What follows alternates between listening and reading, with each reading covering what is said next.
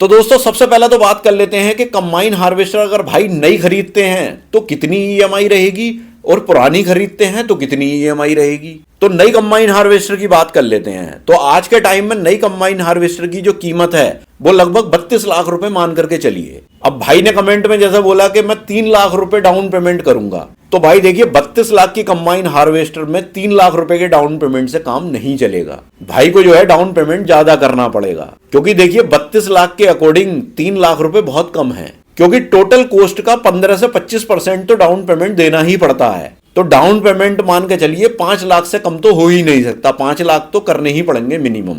तो 2.5 लाख अगर मान लीजिए 5 लाख भी करते हैं तो फिर उन्हें लोन कराना पड़ेगा लगभग 27 लाख रुपए का। तो अब 27 लाख रुपए के लोन की बात कर लेते हैं। तो देखिए इसमें 27 लाख रुपए पे जो इंटरेस्ट लगेगा वो लगेगा 9% का, और टेन्योर जो मैक्सिमम हो सकता है वो 7 साल का हो सकता है। तो भाई की जो ईएमआई बनेगी हर 6 महीने की वो 2,77,233 रुपए की बनेगी। अब इस पर मान लीजिए 3% का इंटरेस्ट में सबवेंशन मिल जाता है, मतलब 3% की छूट मिल जाती है इंटरेस्ट में, तो इंटरेस्ट भाई का 6% का रह जाएगा। तो अगर 7 साल के टेन्योर के लिए 6% से हम ईएमआई निकालते हैं तो हर 6 महीने की जो ईएमआई बनेगी वो 2,49,837 रुपए की बनेगी। तो मेन जो होगी ईएमआई वो यही होगी, मतलब छूट वाली। लेकिन शुरू में तो भाई की ईएमआई उस ईएमआई के अकॉर्डिंग कटेगी, क्योंकि ये जो इंटरेस्ट का सबवेंशन होता है ये बाद में मिलता है, लेकिन ईएमआई जो है वो उसी के अकॉर्डिंग कटती है हर 6 महीने की। तो ये तो हो गई ईएमआई की बात कि 6 महीने में भाई की ईएमआई इतनी बनेगी।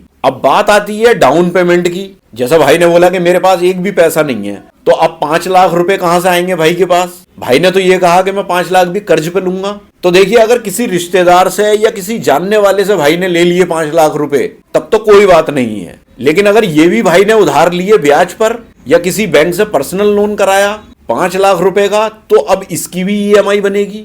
तो देखिए 5 लाख रुपए का पर्सनल लोन अगर भाई ने लिया तो इस पे जो इंटरेस्ट लगेगा वो मान के चलिए 11% का, और मैक्सिमम टेन्योर पर्सनल लोन का लगभग 6 साल ही होता है। कोई कोई बैंक 7 साल भी कर देती है, लेकिन हम 6 साल मान रहे हैं, 6 साल तो दे ही देती है बैंक। तो इसकी जो हर महीने की ईएमआई बनेगी पर्सनल लोन की वो 9,517 रुपए की बनेगी, और अगर 6 महीने की ईएमआई का हिसाब लगाएं इसका तो बनेगी 57,102 रुपए की। तो अगर भाई ने पर्सनल लोन कराया है और वो वाला लोन भी कराया कंबाइन हार्वेस्टर वाला, तो अब इन दोनों ईएमआई को जोड़ देंगे तो वो जो 9% पे जो ईएमआई बनी थी 2,77,233 रुपए, उसमें जोड़ देंगे 57,102 रुपए, तो 3,34,335 रुपए इतने की हर 6 महीने में ईएमआई भाई को देनी पड़ेंगी दोनों जगह। तो भैया इतनी बड़ी ईएमआई भाई नहीं दे पाएंगे 6 महीने में, ये क्लियर कट मैं बता रहा हूं भाई को।